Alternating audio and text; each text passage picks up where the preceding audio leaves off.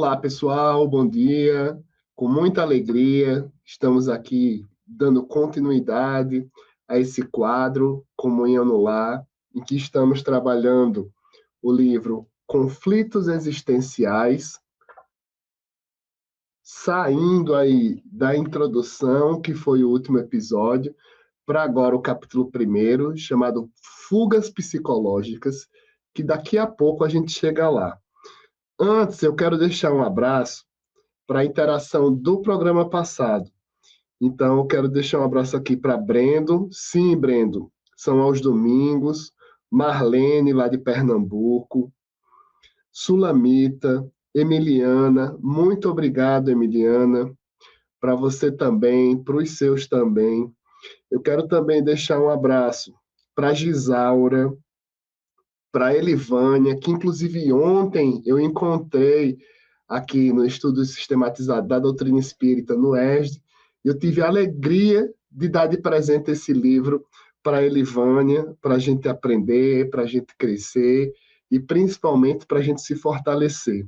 Eu quero dar um abraço também em Eliana, que frequenta aqui a comunhão, sempre está conosco nos comentários das palestras virtuais e que, infelizmente, eu ainda não tive a oportunidade de conhecê-la. Um abraço também para Juliana, que nos assiste também lá dos episódios diários e que está aqui no Comunhão do Lar. E é engraçado, Juliana, sobre essas coincidências e acasos, né? Que o Espiritismo, ele tem uma interpretação um pouco diferente. Ele tem uma interpretação em termos de alinhamento fluídico, em termos realmente de interação de energia, porque nós, conforme escreve Allan Kardec, lá no livro A Gênese, somos fluidos. Um bom dia também para a Alzira, especialmente para Adriano. Adriano, eu quero te deixar um abraço. Eu li o teu comentário. Eu agradeço aqui as suas palavras, ao reconhecimento que você faz a Flaviana, a Cláudia, a Caio Brasil, a Maíse. E do seu comentário, eu já começo o programa de hoje na perspectiva de que todos nós temos as nossas questões, tanto desta atual reencarnação, como também da reencarnação passada. E cabe a gente, com a ajuda de Jesus, com o fortalecimento do Evangelho, tentarmos, não que vá conseguirmos, nos fortalecermos. Particularmente, eu tenho inúmeros conflitos existenciais, até porque, enquanto espírito ainda em um estado de imperfeição, descrito lá pela questão 101 do Livro dos Espíritos, eu tenho aprendido muito, eu tenho trabalhado muito, eu tenho principalmente caído muito, porém me levantado. Não pensem vocês que estão do lado daí da tela que nós do movimento espírita não temos os nossos processos, não temos os nossos conflitos. Nós temos porque nós não somos uma exceção em relação à obra de Deus. E a maioria do movimento espírita, até onde eu sei, não está em uma posição de espírito missionário. Então, nós passamos, enquanto estivermos passando pela carne, pela vicissitude da matéria, temos também os nossos processos. Então, para você, meu nobre amigo Adriano, que se sentiu sensibilizado pelo que a gente falou lá na introdução do livro, a vida é como se fosse uma escola. É como se fosse uma grande oportunidade para nós aprendermos. E o Mestre Jesus nos deixa um legado de trabalho, de paciência e principalmente de fé. Independente da questão que você esteja passando, Adriano, do problema que você enfrente, saiba que você não é o único. Todos nós temos as nossas questões. Exatamente por isso, a benfeitora Joana de Ângeles, em comunhão com o médium, que agora está desencarnado, né? Com o médium Divaldo Franco, nos traz esse presente, que é esse livro, Conflitos Existenciais. E no primeiro capítulo, intitulado Fugas Psicológicas, que a gente começa a trabalhar agora, Joana de Ângeles, ela traz 3 camadas sobre o assunto. Na verdade, a perspectiva metodológica do livro sempre é trabalhar a temática do capítulo em uma perspectiva de 3 camadas. Nessa, por exemplo, ela vem falar a respeito de causas psicológicas das fugas, danos imediatos e remotos decorrentes e as soluções. É como se ela trouxesse, por exemplo, um raciocínio a respeito dos antecedentes. O que é que nos leva a estar em uma fuga psicológica? Em um segundo momento, uns danos, algumas consequências que a gente tem em relação a esse tipo de comportamento que, porventura, nos seja característico. Particularmente, eu tenho, sim, as minhas.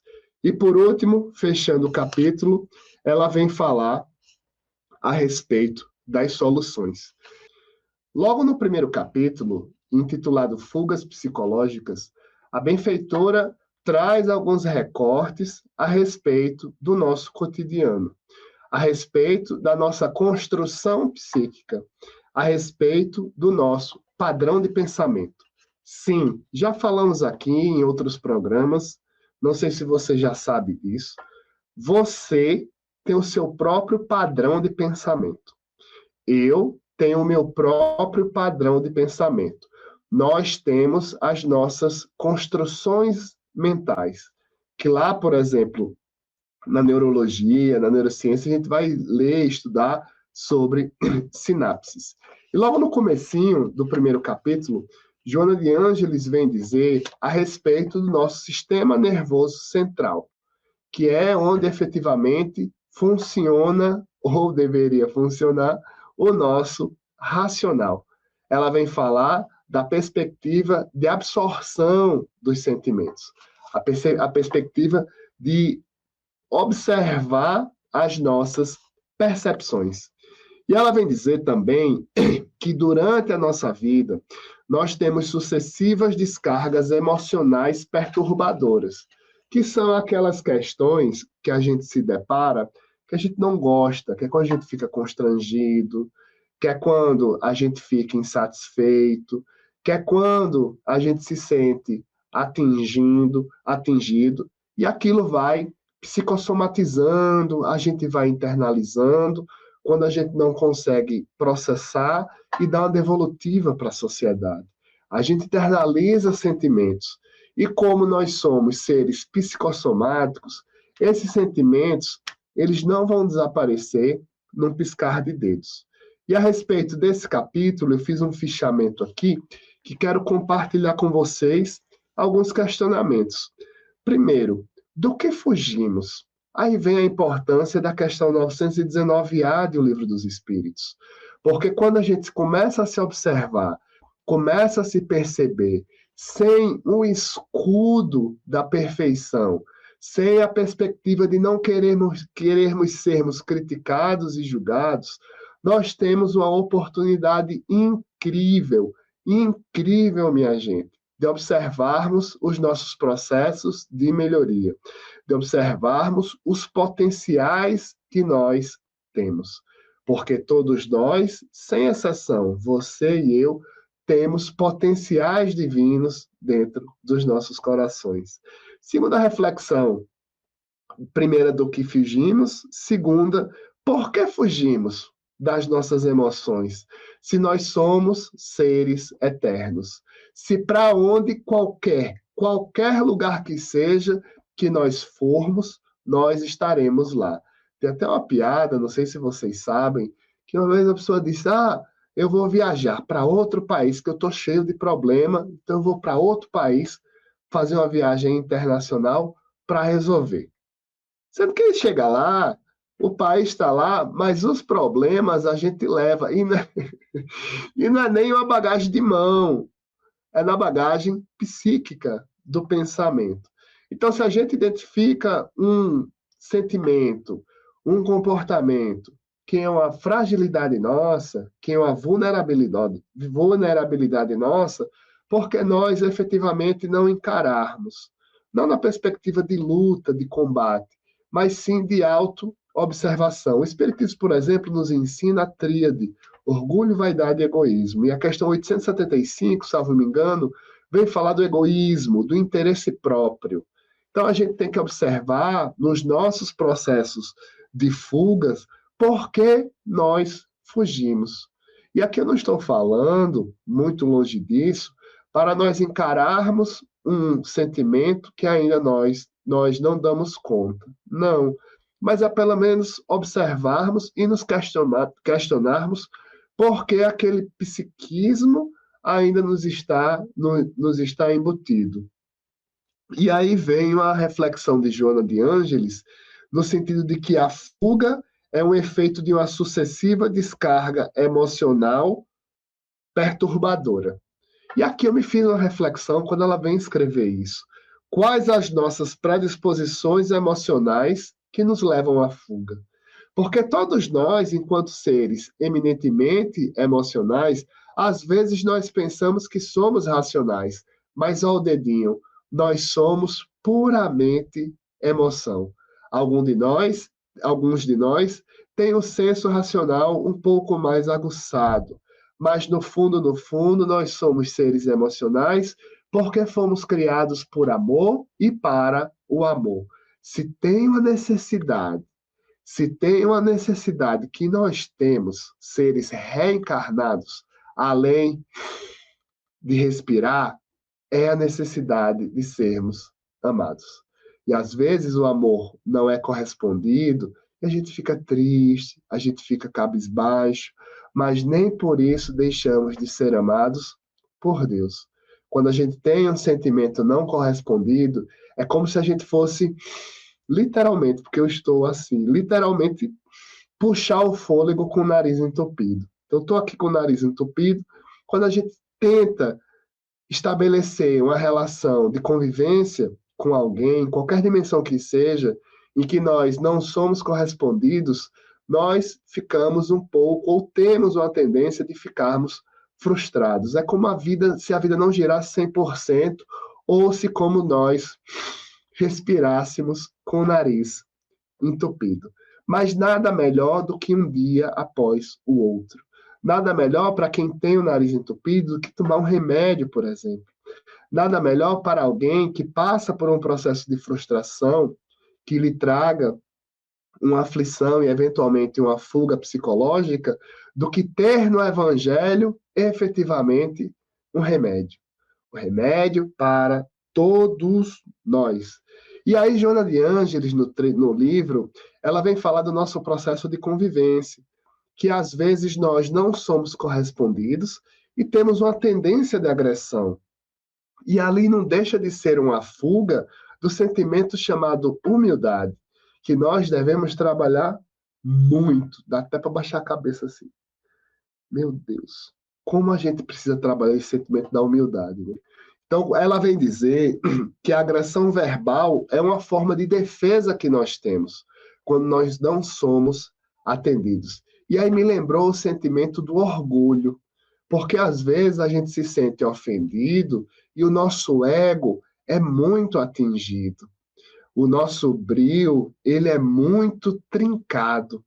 E nós, como ainda estamos aprendendo o sentimento da humildade e o sentimento da alteridade cristã, nós temos uma tendência de agressão verbal. Mas a própria Joana nos ensina em outra obra que o tom da voz é como se fosse o termômetro do desequilíbrio do espírito. Então, não é aumentando o tom de voz que nós vamos resolver os nossos problemas. Nós vamos resolver os nossos conflitos existenciais com a perspectiva de arregaçar de mangas e de muito trabalho na seara do Cristo. E Joana vem trazer 4 componentes da lei da vida: o componente psicológico, o moral, o intelectual e o espiritual, que dá para passar um ano falando só nisso. Mas, em virtude do tempo, a gente reduz um pouco, no sentido que o componente psicológico somos nós termos uma perspectiva de neuroplasticidade, de sabermos, começarmos a aprender a nos adaptar às situações que não nos são favoráveis.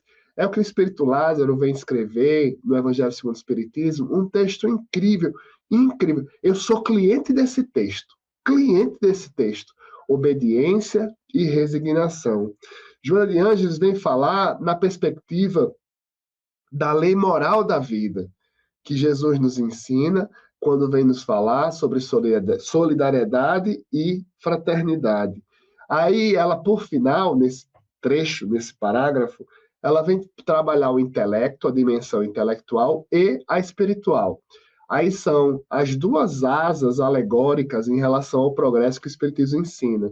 A gente primeiro cresce na perspectiva do intelecto e depois na perspectiva moral. Se nós temos intelecto, por exemplo, para saber ler esse livro, precisamos transformar essa informação em conhecimento, em evolução espiritual, internalizar para o coração.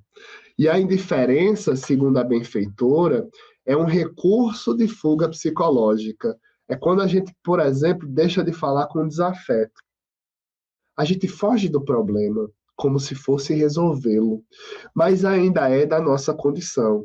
Sabe, uma grande possibilidade que nós temos de girar a chave é chegar para o desafeto e falar: Mário, senta aí um pouquinho. Olha só, você teve um comportamento comigo e eu não gostei.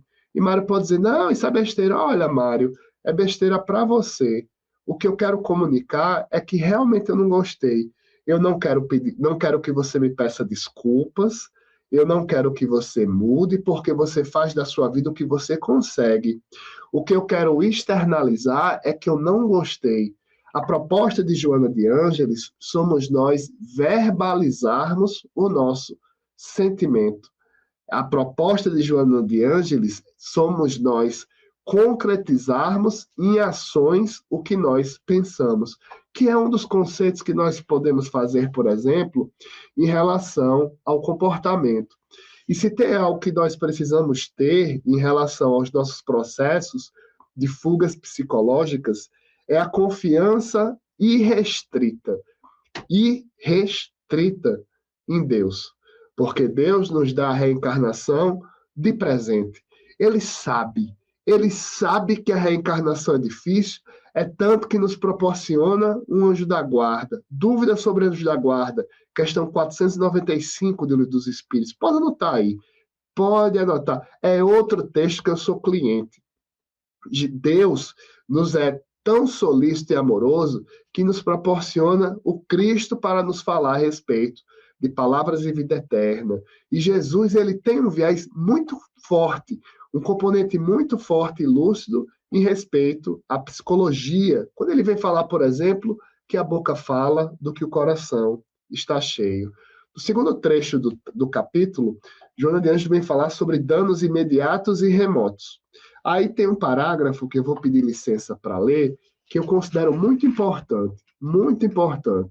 Se você ainda estiver acordando aí nesse domingo de manhã, que eu espero que esteja um dia bonito, presta atenção aqui no que ela vai escrever. Ela vai falar sobre hábito. Olha só, o hábito de evitar-se responsabilidades e deveres que parecem insuportáveis conduz o indivíduo a uma falsa comodidade, assinalada pela conduta infantil.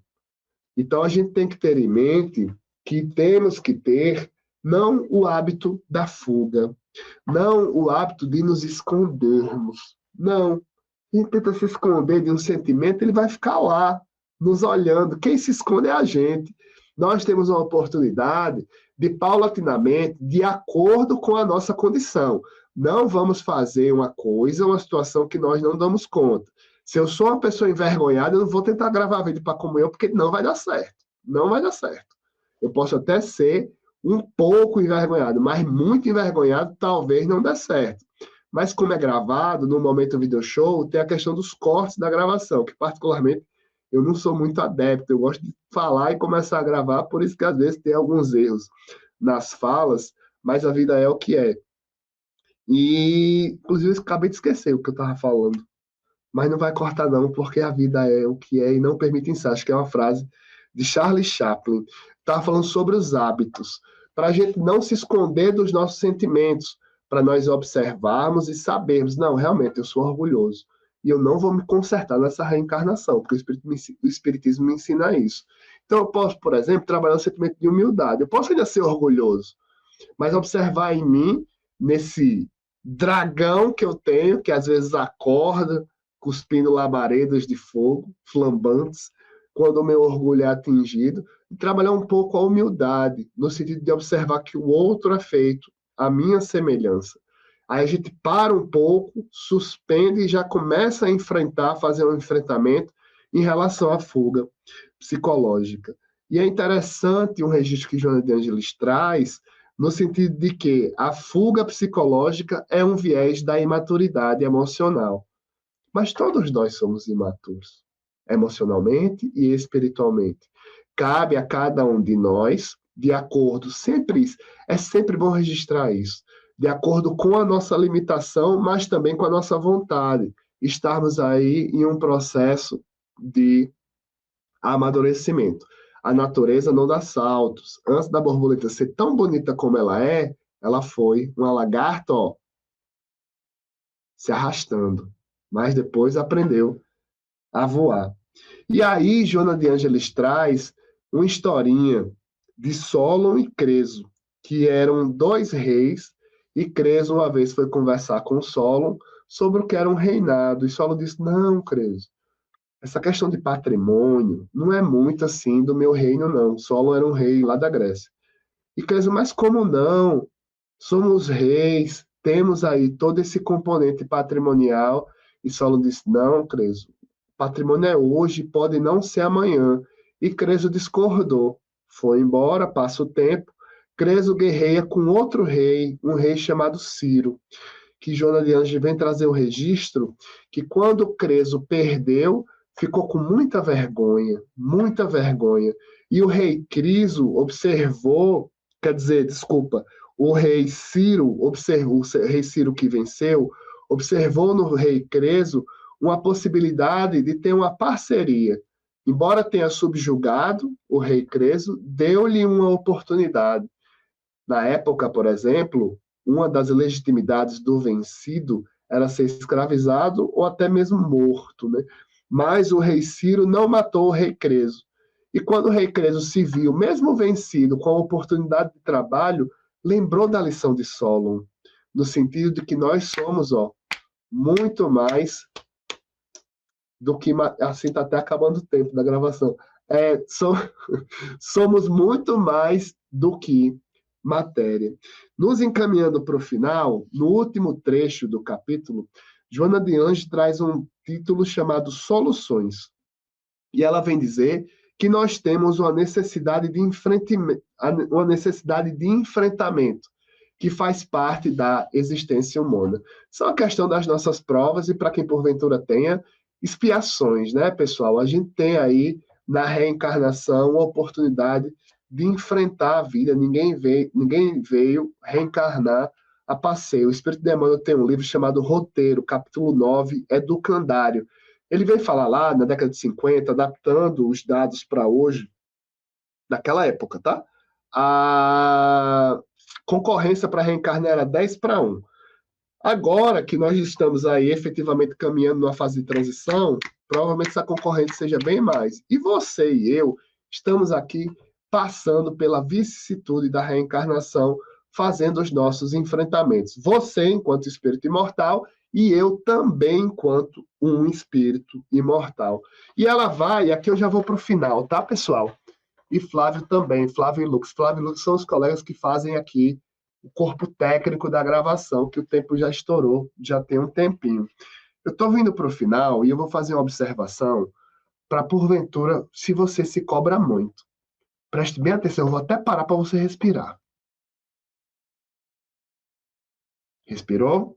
Você que se cobra muito, Joana de Ângeles, ela no finalzinho do capítulo, vem nos trazer uma advertência para nós comemorarmos as nossas vitórias, independente do tamanho, da dimensão que elas sejam, porque a comemoração das vitórias nos trazem uma sensação de triunfo.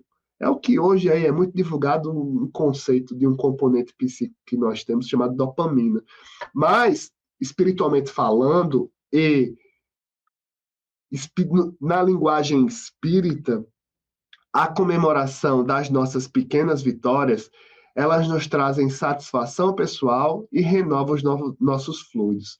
Então, se você, por exemplo, é uma pessoa ciumenta, não quer ser mais ciumenta, você não vai mudar do dia para a noite. Não vai. Sabe qual? O começo da mudança, você assumir que é ciumento. Olha, eu sou ciumento, não confio em você, mas me ajude, que eu estou num processo que eu descobri lá na Comunhão Espírita de Brasília, que eu sou um ser imortal, e eu tenho meus processos milenares, e não vai ser agora que eu vou resolver. Então, como é que a gente pode ajustar aqui, né? Se você, por exemplo, atualmente, por causa de uma situação ou outra, tem uma fuga psicológica para o álcool, para a drogadição, pensa um pouco, porque às vezes o álcool e a drogadição vai dar uma sensação de poder, de empoderamento. E quem tem questão com álcool e com droga, não resolve do dia para a noite. Mas você pode se questionar, você pode buscar um porquê dentro do seu coração. O que é que eu encontro numa droga ilícita? É uma sensação de satisfação pessoal. Eu fico mais distraído, eu choro, eu dou vazão ao que eu tenho represado. E essa frase é interessante a gente refletir em relação à vazão ao que é represado, para nós sabermos os sentimentos que nós temos. E aqui acaba o capítulo, finalmente acaba o capítulo com o tempo todo estourado. No sentido de que Joana de Ângeles vem dizer que nós devemos ter uma aceitação de si. Aí, meu amigo, aí, minha amiga, é a dica. É a dica do além. A dica do além. A dica do além que às vezes a gente espera que Deus vai resolver nossa vida. O anjo da guarda venha dar um gabarito espiritual. Uma das grandes dicas do além, lá do Evangelho segundo o Espiritismo, do Pentateuco de Kardec, que Joana traz aqui no finalzinho do capítulo, é a aceitação de si. Tem um texto incrível no Evangelho segundo o Espiritismo, acho que é bem mal sofrer.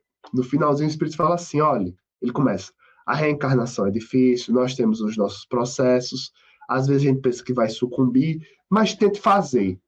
Aí ele diz mais ou menos assim, olha, se eu pudesse dar uma dica aqui do além, tente fazer, faça no seu tempo.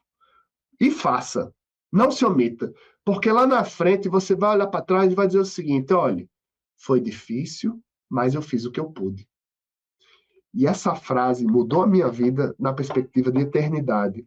Fiz o que eu pude, não fiz o que eu queria. Todos nós temos aí um processo de resgate da reencarnação passada. E todos nós temos um processo de ajuste daqui para frente.